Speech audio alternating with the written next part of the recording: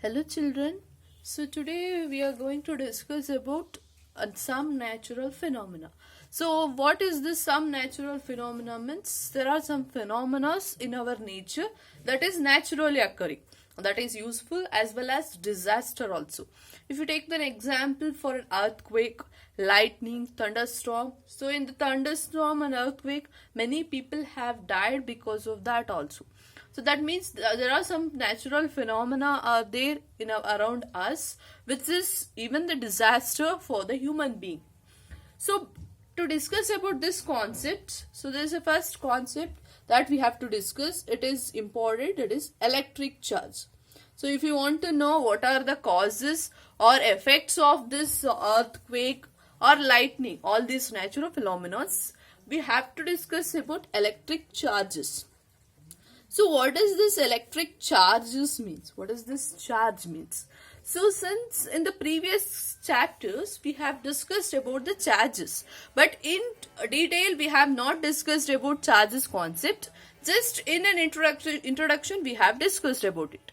So where we have discussed this charges means in the first chapter itself, electrostatic force we have discussed. So electrostatic force means where we are going to get the force between two charged objects. So for that example, you can take off a scale. When you rub the scale and as well as when you rub your hair, that scale will get charged. And when you keep a paper here and when that scale has been taken into that paper means that will get attracted. Not only take up a scale, you can take up of a comb also. If you comb your hair, dry hair, and also when you take that comb near to that of a paper, that comb will attract the paper. So in all these cases, what is the reason when there is a transfer of charges? Charges has been transferring from charged body to either charged body or charged body to another uncharged body. In all these cases, what is the reason here means, if you take what is the reason for a scale or a comb to get charged, because the comb or the scale acquires the charge.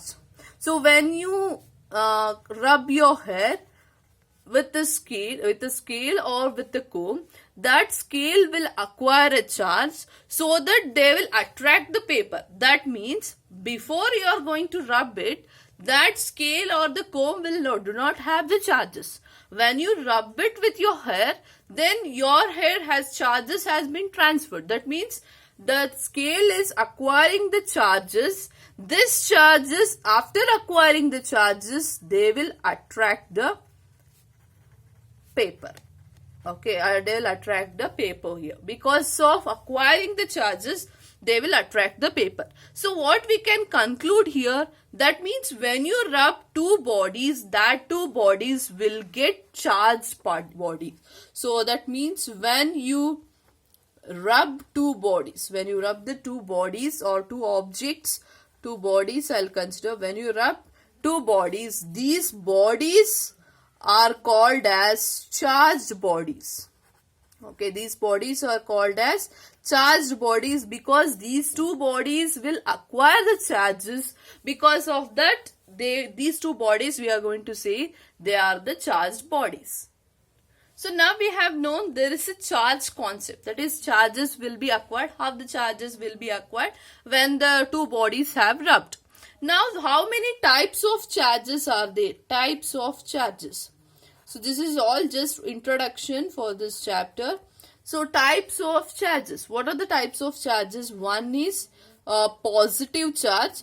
So one is positive charge, that we are going to denote it as plus sign.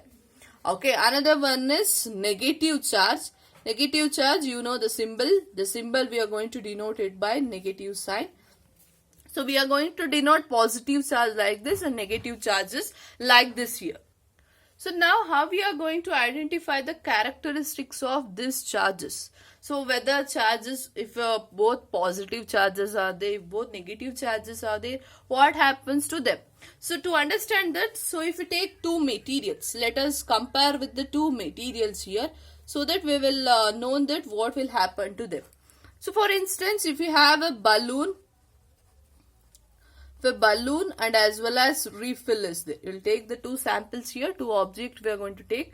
if we rub two balloons, if we rub, we are going to rub the two balloons, means both the balloons or both the materials are of same material we have considered. So let me take same material.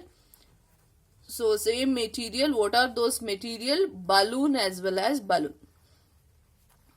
So when I take both objects of same material, when I rub these two material, when I rub objects of same material, then a charged balloon will repel the charged balloon. So when there are two objects are of same material, then both materials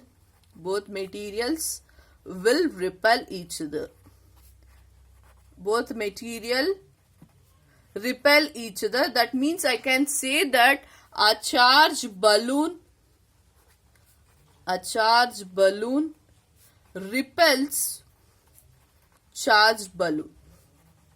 So charged balloon repels charged balloon. So because they are having the same charges, this balloon which is the same material will have the same charge, and this another one balloon which is having the same material will have the same charges. Both are having the same charges, means both the objects will repel each other. So I can conclude that same charges repel each other. So same charges will repel each other. So now let me take it off. Same thing of the refill. When I rub refill, same material, same example it is. Same materials I am going to take here. So instead of balloon, I am going to take refill as well as refill here. So two materials are there. Both the materials are of the same charges now. If both the materials are of same charges, means what it is there? Both the materials will get repel each other. So in general, we can say if the both objects are of same material means or of same charges, then you can say that those two objects will get repel each other. Similar to this, let us take a mix it up. That means one object, I'll take it as balloon. That is object of different material. So here I am going to take an object of different material. Different material, whether they will be having same charges?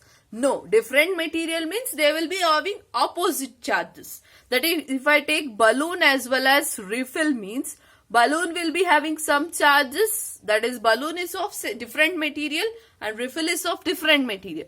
Different material means their charges will be opposite.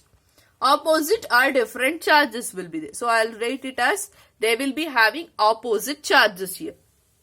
If objects are of different material and different charges, then you can say that those two objects will attract each other. That means a balloon attract the refill.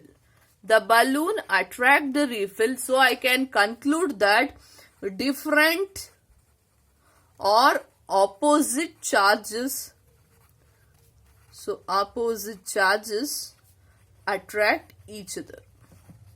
So this is what we have, even in a magnet also we have discussed it. Same concept is, in a magnet, like poles repel each other, unlike poles attract each other. Same concept we are going to say for the charges also. If there are two charges are of same material, you are going to say those two will repel each other. If those two charges are of opposite material, then those two objects will attract each other. So we can conclude these concepts about charges. One is, there are two types of charges will be there.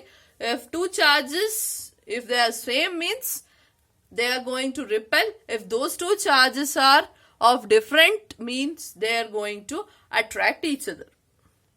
So this is an introduction for this concept. So in the live class, we will do some activity. So these activities let us do in live classes so that in detail we will understand about this concept. Thank you.